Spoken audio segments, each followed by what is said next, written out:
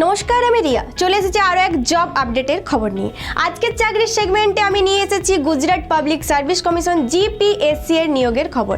জিপিএসসি বর্তমানের বিভিন্ন পদে নিয়োগের জন্য বিজ্ঞপ্তি প্রকাশ করেছে। এই নিয়োগের বিভিন্ন স্তরে প্রার্থীরা যেমন মাধ্যমিক, উচ্চ মাধ্যমিক, আইটিআই, ডিপ্লোমা এবং ডিগ্রিধারী প্রার্থীরা আবেদন করতে পারবেন।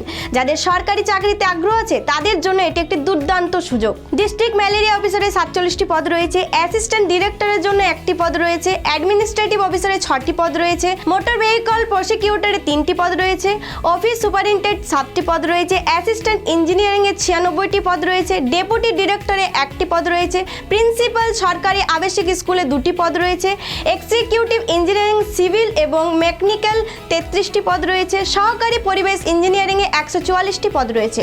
আরও বিভিন্ন পদের নিয়োগ আছে। পদের উপর ভিত্তি করে শিক্ষাগত যোগ্যতা নির্ধারিত হয়েছে, যেমন degree, post graduate degree, BA, BTech, engineering degree, BEd এবং এলএলবি। প্রতিটি পদের জন্য নির্দিষ্ট যোগ্যতা প্রয়োজন রয়েছে, যা অফিসিয়াল বিজ্ঞপ্তি থেকে বিস্তারিত জানা যাবে। প্রার্থীদের বয়স সীমা বিভিন্ন পদের জন্য আলাদা এবং সহকারী নিয়ম অনুযায়ী বয়সে ছাড় পাওয়া যাবে। প্রার্থীদের নির্বাচনের জন্য লিখিত পরীক্ষা এবং ব্যক্তিগত সাক্ষাৎকারে অনুষ্ঠিত হবে। চূড়ান্ত নির্বাচনের জন্য ডকুমেন্ট যাচাই প্রয়োজন। আবেদন ফি 100 টাকা, যা অনলাইনে প্রদান করতে হবে।